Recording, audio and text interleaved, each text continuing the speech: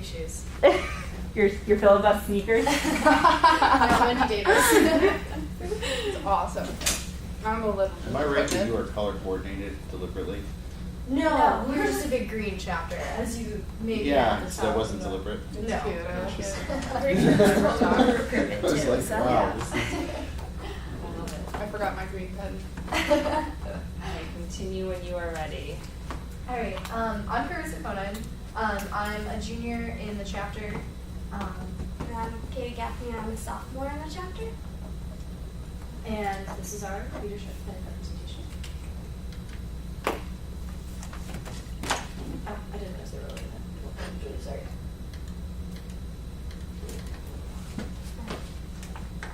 So, what we saw that we could improve after 2013 was our system of leadership, which we have set up in a particular way, and we'll explain that later on because we have a slide with that on it. Okay. And we saw that we could consolidate some stuff and make it a lot more uniform and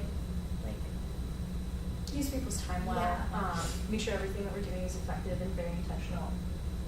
And then our point system, which originally sort of had a purpose and then kind of lost its purpose for a while, and we've revamped that and made it very purposeful now and very much useful for the chapter, so it's not something that we just have that isn't going to be used. Again, everything that will kind of be a theme in this presentation is making sure that everything we do is intentional, everything has a purpose. And then continues on with, we were looking to make sure leadership in our chapter was really going everywhere, that everyone in the chapter had opportunities to rise, not just appointed officers, because people who are on scholarship contracts, for example, can't hold officer positions. And so really making sure that the whole chapter is empowered, as well as a focus on making sure that membership development is really holistic with everything we do, professional, scholarship, personal development in the chapter. And another thing that came up out of some students' board cases, out of some reflection on our chapter at the beginning of the year, was encouraging spaces for healthy conflict and making sure, we have those skills and we're giving those skills to our sisters to really be able to identify that. So those were how we approached 2014 and came up with these goals. So again, like I talked about, starting with why was really that focus on making sure we're using our members' time effectively. Everything we're doing has a purpose. It's not, oh, you're here to help the chapter. Yes, you're here to help the chapter, but really so that members can see you're helping the chapter, but you're helping yourself. This is the reason we're here, making sure everything we do plays into that bigger picture. Yeah, and then so that kind of led into the MEMs, which are our minimum expectations of membership, and it kind of just gives all of the chapter members an idea of what they should be doing to give themselves the best experience in the chapter. So if you're doing these things, you're going to get what you should be getting out of being in Sigma Psi. And then the last part, the Sigma Psi experience, is kind of like the third tier of those. If you went from start with why to the minimum expectations, to the Sigma Psi experience is really that holistic approach to membership development, and again, making sure everything ties together, that you can see the connections between everything we do in the chapter.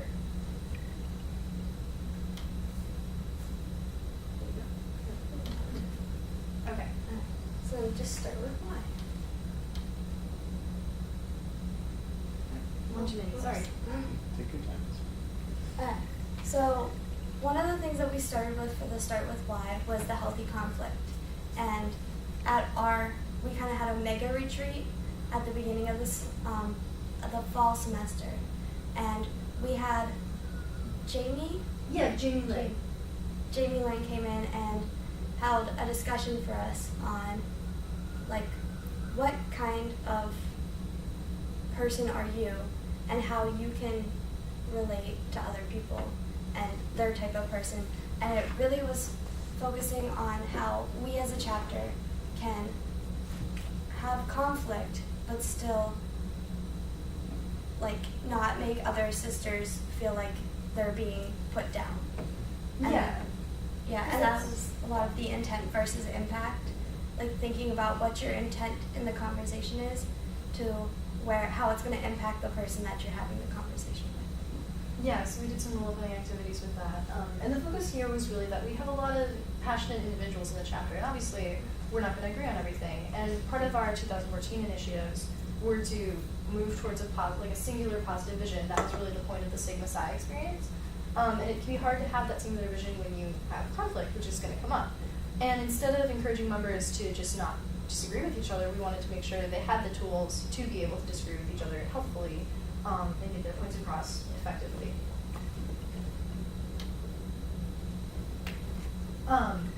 So when we did chapter goal setting, in the past we've usually kind of done it as, it's rather undefined. A lot of members, general body members, didn't really know where to go with this. And so to give the general body a little bit more direction, last semester we did goal setting using the Petacup themes. And so this gave us, this is what we're aiming for. We said, this is how we did on the Petacup last year. This is how we've been doing as developing our chapters, developing our sisters. We broke down into groups and we said, how do you think we do at each of these themes now? And what are some concrete ways we can improve it? So with that, we really made sure every member of the chapter understood the difference between a goal and an action step. Like that was something that went into that. And so we took the citizenship, the leadership, the ritual, and scholarship, and really defined goals through that framework instead.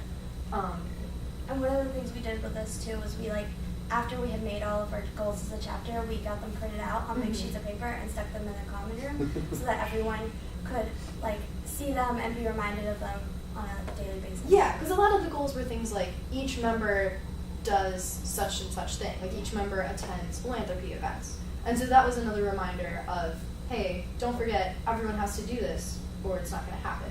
And after our second retreat in the fall, we went back to those printouts we had in the common room and we said, okay, look at these goals we've accomplished. Which of these goals did we accomplish at this retreat? And put off gold stars on them as another constant reminder. And then we've done 2 Strengths Quest workshops now. We did one last semester, and this really helped on the same thing with the conflict, the intrapersonal skills. And okay. Yeah, it was just about how we as a chapter can improve our skills with each other, and how, yet again, seeing that different people have different skills. And these skills can interplay with each other, and that makes us a stronger chapter. Mm-hmm. And then bringing it back as a second workshop was just another way of making sure it stays kind of embedded in chapter culture, that it's not, one time we talked about our strengths and then forgot about it. It was something that we revisited during recruitment clinics, trying to tie it into all aspects of chapter life. Because we tried to do so much last semester, we wanted to make sure none of it really fell by the wayside. And that was actually a big component of leadership retreat. During leadership retreat, when we revisited the conflict workshop, instead of having the Greek life office come back, it was led within the chapter. We had a variety of rotational seminars as part of it, some led by the alums, some led by Safe Zone. We had a Safe Zone training previously, and so this was a follow-up to that. We had UCS come in and speak to campus resources for that.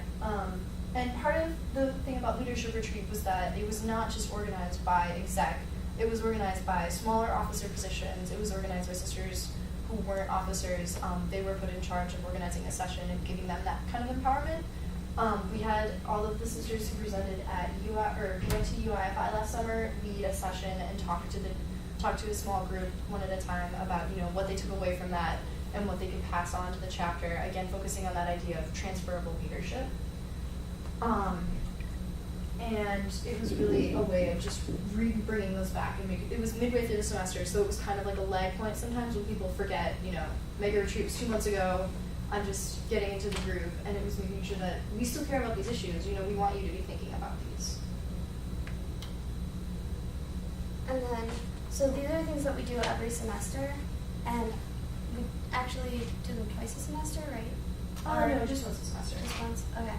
I think we did the officer evals twice last semester though. And so our officer evaluations kind of let the chapter tell the officers what they think of what they're doing, and that helps the chapter grow, because it's allowing the officers to understand what the chapter wants from them, and also what they need to be doing differently or what they're doing good that's the same, and it helps them understand what they need to be doing. Yeah, the way that it works is it all goes to our VP of administration, all of the feedback, and then the VP of administration disperses it to each officer, and they say, these are the comments you got, this is whether people thought, there's two parts, there's qualitative in both the chapter report card and for officer evaluations, there's qualitative feedback and there's quantitative feedback of how you're doing, and so you get like a grade as an officer, and if you're below 75%, you know, your VP meets with you and says, okay, let's look at your feedback, what did the chapter want that you haven't necessarily been providing? And that ties in with the report card as well. The chapter report card is every semester created by the president, but then also sent to the chapter. So all of the feedback that's there really comes from the chapter, and that's really what drives our future initiatives.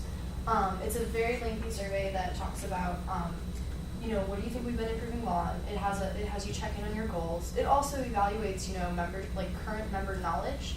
It's a checkpoint of that. It says, if we start, for example, last semester it asked us, well, where did we get, do you know what level we got in each of the Pedicup last spring? And so it's kind of a checkpoint of chapter knowledge as well to make sure who's on board, what percentage of the chapter is on board.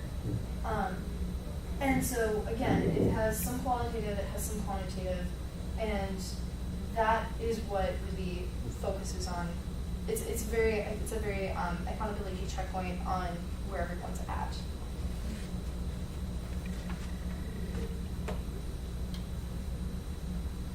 So moving on, that was our set again as a refresher. That was about starting with why, making sure everything we do is intentional, everything we do is chapter driven. It's where the chapter wants us to be. And so now on to the minimum expectations of membership, which is mostly like increasing the transparency to the chapter so that they know like more of what's going on and have access to everything. And then also like understanding what's required of them. And so our minimum expectations of membership have like changed a lot now. Where this came from was in a chapter discussion that we had last semester with our chapter advisor and with the whole chapter, and we asked the chapter members, what do you expect of yourselves and what do you expect of others? And so exec took a lot of time and like sat down and thought through what everyone should be expected to do. And based on that chapter feedback, yeah. You know, like it was always, speaking as someone who wasn't on exec last semester or spring semester, it was very chapter focused on like, where is the chapter at, where do they want to be, and then execs took that information to work on it. Yeah. And then with that, they decided they didn't just decide, they also presented it to the chapter once they had come up with what we now have as our MEMs, because they didn't want the chapter to be like, well, we don't like those. Yeah, there were different levels of review with the chapter saying, okay, we're presenting them now, what are your questions, what are your complaints, here's 2 weeks for feedback. Yeah. And so what we have now is it's required to participate in our scholarship program, and it's required to go to our philanthropy events and serve and do 16 hours of service a semester. And then it's required to participate in the membership development program, which is our triangle program, and we set goals. And so it's required of you to set your goals, to reflect on your goals. You may or may not meet them, but it's just required that you have taken the time to think about them and reflect on them. And then just the operational stuff is mostly like attending events, because if you don't go to events, you're not gonna get what you want to get out of the chapter. Yeah, and these were things that had been defined before. And when we had the beginning chapter discussion about, you know, what are you expecting of yourself and what are you expecting of others, people wrote down a lot, well, I expect people to go to things, especially people who've been officers, because it's very frustrating to, you know, go to that work, plan the event, do all the work into that, and then have people give you terrible excuses or blow off the event, not come. And so this was really a way to tie all of that accountability together and say, okay, now we have a bad standing. Now we have one accountability measure instead of individual making standards board say, okay, I guess you have to pay a fine. You know, instead of making it a case-by-case basis, it really increases that accountability there.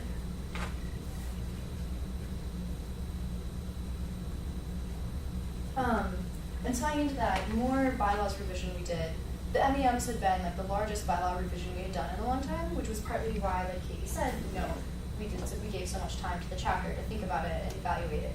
And the other big change we made this year was revising the standards board bylaws, which had not been touched for a long time, and there had been a lot of discrepancies in how we ran things, how we wanted to run things. And this was a focus on transparent leadership, making sure everyone knew how standards board worked. We very much wanted it to not be, it's this punitive system, it's this dark room, some people make decisions and nobody knows what happens, So part of that was not just editing the bylaws, but we also during the spring held a mock case during chapter so everyone could see, this is how it works. It's not mysterious, it's not supposed to be mysterious. And we also put a focus on, I can speak to this as someone on standards board, we put a lot more of a focus on learning sanctions, not, oh, you have to pay a fine, or oh, you can't get a little, and more, well, we want you to make a presentation about this thing. We want you to lead a chapter discussion about this, something that makes them think more critically about it, something that lets them then pass that knowledge on and say, okay, I don't think I should have done this, or I don't think this should have happened. Let me help the chapter learn why it shouldn't have happened as well.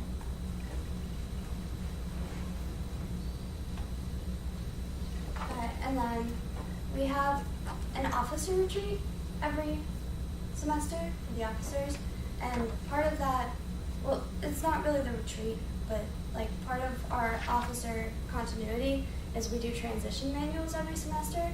So each officer will write in their manual like the logistics of their officer position. So like I was secretary last semester and I put in my manual a list of things that the new secretary should do, and then I also put like, here's something that helped me with this, and like, or here's something that I did to make this easier.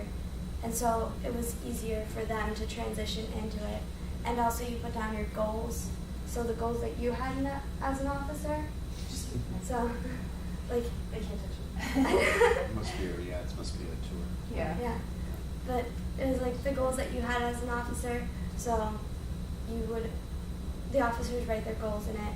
That way the new officer can look at those goals, see how they've accomplished them with their reflection, and then either build on with a new goal that builds off that old goal, or maybe make their own goals. And it makes the transition a lot smoother, because then you know what the other officer was doing before you've come in. And Especially because we have a lot of shorter one-semester positions that can give you the opportunity for more breakup, and so the transition is like really to provide that continuity, make sure no one is reinventing the wheel. So yeah, that's the more like logistical side of officer transitions, and then with officer retreat, again, it's held at the very beginning of every semester before you really get thrown into the thick of things. And the idea with that, what we did this semester is we consolidated all of the goals, and again, displaying that in the common room. All of